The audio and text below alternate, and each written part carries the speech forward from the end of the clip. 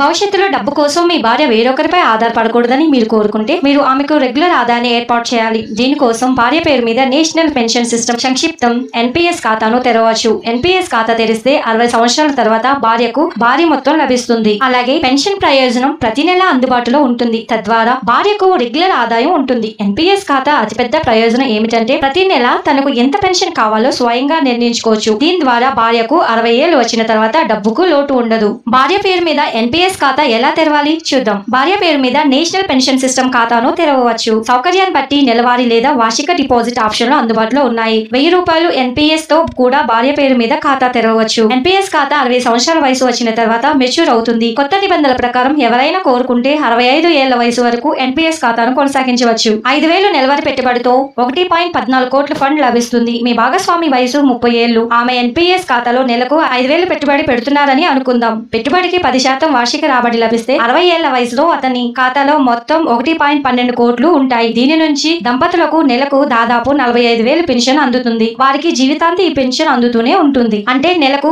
నెలవారీ పెన్షన్ 14,793 దాకా వస్తుంది. అందువల్ల రిటైర్మెంట్ వయసులో ఆర్థిక ఇబ్బందులు లేకుండా ఉండాలని భావిస్తే ఈ స్కీమ్ కింద మీ భాగస్వామి పేరుపై ఖాతా తెరవడం ఉత్తమం. ఫండ్ మేనేజర్లు ఖాతాను నిర్వహిస్తారు. ఎన్పీఎస్ అనేది కేంద్ర ప్రభుత్వం సామాజిక భద్రతా పథకం. ఈ పథకంలో పెట్టుబడి పెట్టిన డబ్బు ప్రొఫెషనల్ ఫండ్ మేనేజర్లచే నిర్వహించబడుతుంది. కేంద్ర ప్రభుత్వం ఈ బాధ్యతను ప్రొఫెషనల్ ఫండ్ మేనేజర్లకు అప్పగిస్తుంది. అటువంటి పరిస్థితుల్లో ఎన్పీఎస్ లో పెట్టుబడి పూర్తిగా సురక్షితం. అయితే ఈ పథకం కింద పెట్టుబడి పెట్టిన డబ్బుపై రాబడికి హామీ లేదు. ఫైనాన్షియల్ ప్లానర్ల ప్రకారం ఎన్పీఎస్ ప్రారంభమైనప్పటి నుండి సగటున 10 నుండి 11% వార్షిక రాబడిని ఇచ్చింది. Thank you.